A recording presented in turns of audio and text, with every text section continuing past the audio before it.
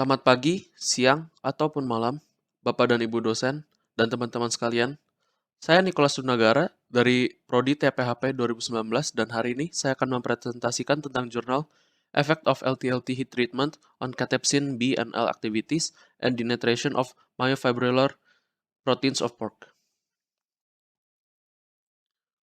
Konten pada presentasi hari ini dibagi menjadi 4. Yang pertama yaitu pendahuluan, yang kedua material dan metode, ketiga hasil dan pembahasan, dan yang terakhir keempat yaitu kesimpulan. Pertama kita masuk ke pendahuluan. Metode memasak low temperature long time atau LTLT atau suhu yang rendah dengan waktu yang lama sudah lama dikenal sebagai cara untuk menghasilkan masakan daging yang enak dan berkualitas. Proses thermal ini dikarakteristikan dengan suhu yang tingkat pemanasannya lambat, suhu titik akhir yang rendah, dan waktu pemanasan isotermal yang panjang. Degradasi progresif dari berbagai protein selama durasi perlakuan thermal telah diamati, menunjukkan tingkat denaturasi protein myofibrillar pada suhu pemasakan yang rendah. Cathepsin B dan L dapat mendegradasi protein-protein myofibril seperti titin, nebulin, rantai berat myosin, troponin T, dan troponin I. Tujuan penelitian. Tujuan dari penelitian ini adalah untuk mempelajari perubahan biofisik dan kimia selama perlakuan panas low temperature long time atau LTLT ini, atau suhu yang rendah dalam waktu yang lama, pada daging babi dengan mengukur aktivitas cathepsin B plus L, hidrofobisitas permukaan myofibril, ukuran partikel myofibril, dan berpengaruh terhadap kekerasan daging yang ditunjukkan oleh gaya geser allokromer. Material dan metode. 2.1. Sampel dan perlakuan thermal. Sampel pada penelitian ini yaitu otot longissimus thoracis et lumborum, yaitu otot pada bagian dalam punggung. Sampel diambil dari kedua sisi dari 6 ekor babi pada kondisi 48 jam postmortem setelah pemotongan dan pendinginan secara konvensional dari rumah jagal komersil di Finlandia. Kemudian, potongan-potongan tersebut dibersihkan, dikemas secara vakum, dan disimpan pada suhu 4 derajat Celcius selama 3 hari. Lalu, setiap potongan dipotong menjadi 8 bagian dengan panjang 6 cm. Setiap bagian ditimbang, dinomor, dan dikemas vakum secara individual dan dibekukan pada suhu minus 20 derajat Celcius hingga pemrosesan. Untuk perlakuan thermalnya, dibuat sebuah desain pabrik dengan 15 macam perlakuan dengan 5 suhu dan 3 waktu pemasakan yang berbeda. Perlakuan dilakukan terhadap sampel secara acak dengan 6 kali pengulangan secara total. Kemudian, sampel yang sudah di-defrost dimasukkan ke dalam water bath dengan suhu 53, 58, 63, 68, dan 73 derajat Celcius. Dan waktu pemasakannya yaitu 1, 8, dan 24 jam. Setelah itu, sampel didinginkan kembali ke suhu 4 derajat Celcius. Uji mekanikal. Dari setiap sampel yang sudah dimasak, 4 hingga 8 potong dengan dimensi 20 x 20 x 6 mm. Kemudian, setiap kubus sampel diletakkan di dalam allocromer shear cell dengan 10 mata pisau dengan beban sel 5 kN dan kecepatan 50 mm per menit. Nilai rata-rata dihitung dalam besaran shear force, yaitu besaran Newton per gram.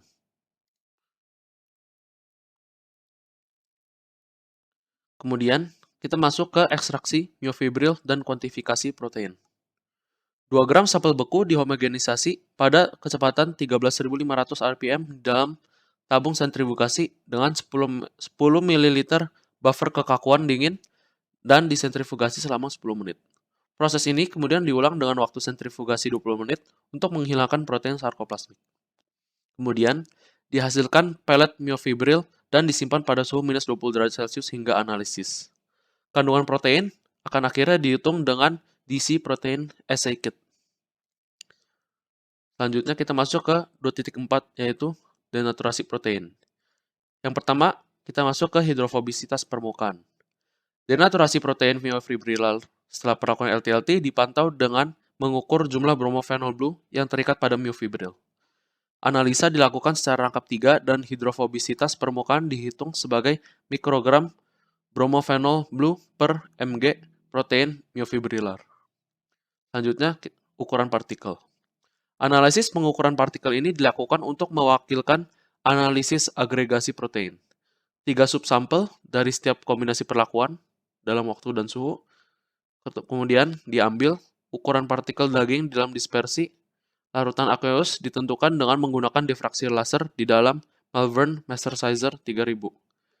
Kemudian dilakukan 6 kali pengukuran dan distribusi ukuran diferensial kurva daging babi yang dimasak diperoleh untuk menunjukkan dinamika partikel ukuran di atas suhu dan waktu memasak yang diteliti. Selanjutnya, kita masuk ke aktivitas katepsin B plus L. Aktivitas residual dari gabungan kedua katepsin B dan L pada pemasakan diukur dengan mengobservasi peningkatan konsentrasi produk selama satu set waktu.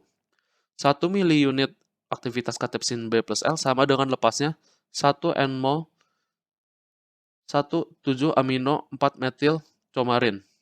Hasil aktivitas dihitung sebagai mikrounit per mililiter cook loss. Dan yang terakhir, kita masuk ke perlakuan statistikal. Perlakuan statistikal dari data mentah dilakukan dengan General Linear Model pada Minitab 17.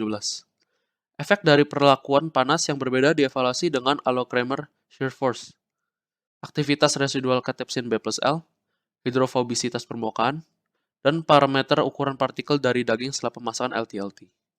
Hubungan dari variabel terukur dievaluasi dengan koefisien korelasi Spearman-Rho dengan alfa 0,05.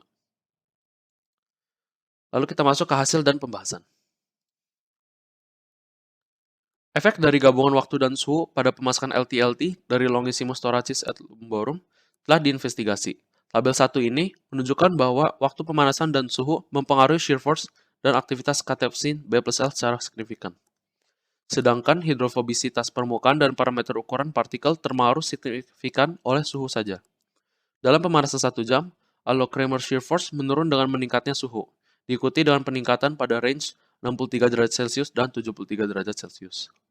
Meningkatnya waktu pemasakan juga menurunkan shear force, terutama pada suhu 58 derajat Celcius. Aktivitas residual katepsin B plus L paling pada kombinasi 53 dan 58 derajat Celcius dalam waktu memasak 1 jam.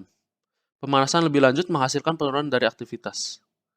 Peningkatan hidrofobisitas permukaan memiliki relasi dengan meningkatnya suhu di atas 63 derajat Celcius sesuai figur 1, yaitu figur ini. Hal yang sama terjadi pada analisis ukuran partikel. Dapat dilihat dari tabel 2, yaitu ini, bahwa ukuran diameter partikel meningkat dengan meningkatnya suhu. Sehingga daging yang dimasak pada suhu 73 derajat Celcius hasilnya lebih besar dibanding suhu yang lebih rendah atau mentah. Selanjutnya, pada tabel 3, dapat dilihat korelasi yang lumayan signifikan antara beberapa parameter. Katepsin B plus L menunjukkan korelasi negatif dengan shear force, hidrofobisitas permukaan, dan ukuran partikel. Sedangkan shear force memiliki korelasi positif dengan ukuran partikel. Hal ini juga sama dengan hidrofobisitas permukaan. Kesimpulan. Jadi, perubahan yang terjadi pada daging yang berkaitan dengan kelembutan dan ukuran partikel dapat diamati selama pemasakan LTLT antara 53 derajat Celcius dan 73 derajat Celcius.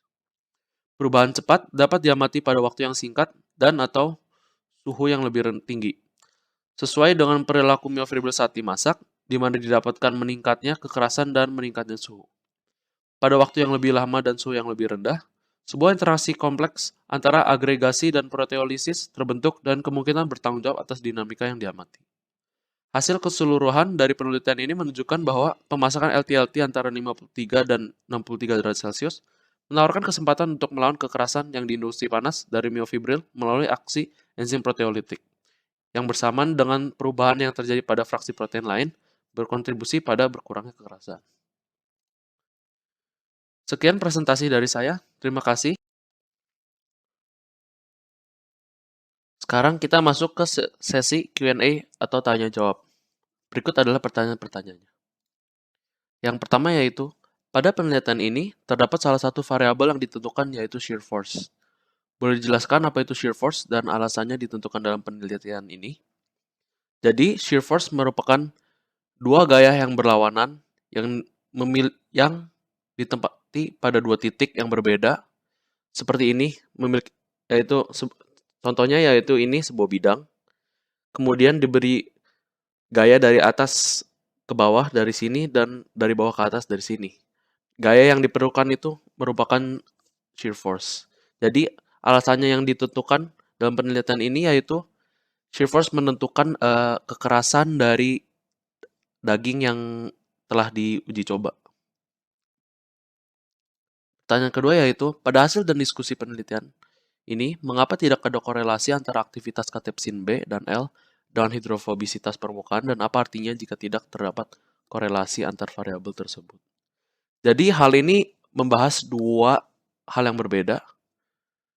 Walaupun mereka berdua membahas tentang denaturasi protein, namun pembahasannya memiliki aspek yang berbeda, di mana hidrofobisitas permukaan yaitu akibat dari munculnya partikel-partikel hidrofobik dari daging, dan katepsin B dan L merupakan hal yang berbeda.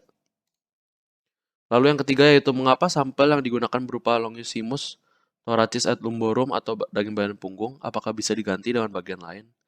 Jadi, kenapa sampel yang dipilih merupakan daging bagian punggung ini? Hal ini karena bagian tersebut merupakan bagian daging yang tidak berlemak. Karena yang diuji coba pada uji coba ini yaitu proteinnya, dan kita tidak membutuhkan lemak, sehingga dipilih itu agar tidak mengganggu hasil dari cobaan ini. Dan apakah bisa diganti dengan bagian lain? Bisa.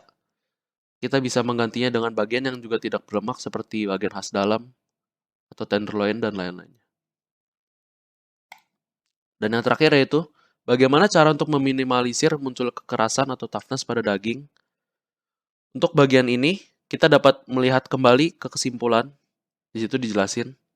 Jadi, hasil keseluruhan dari penelitian ini menunjukkan bahwa pemasakan LTLT antara 53 derajat Celcius dan 63 derajat Celcius menawarkan kesempatan untuk melawan kekerasan yang diinduksi panas dari myofibril melalui aksi enzim proteolitik yang bersama dengan perubahan yang terjadi pada fraksi protein lain berkontribusi pada berkurangnya kekerasan.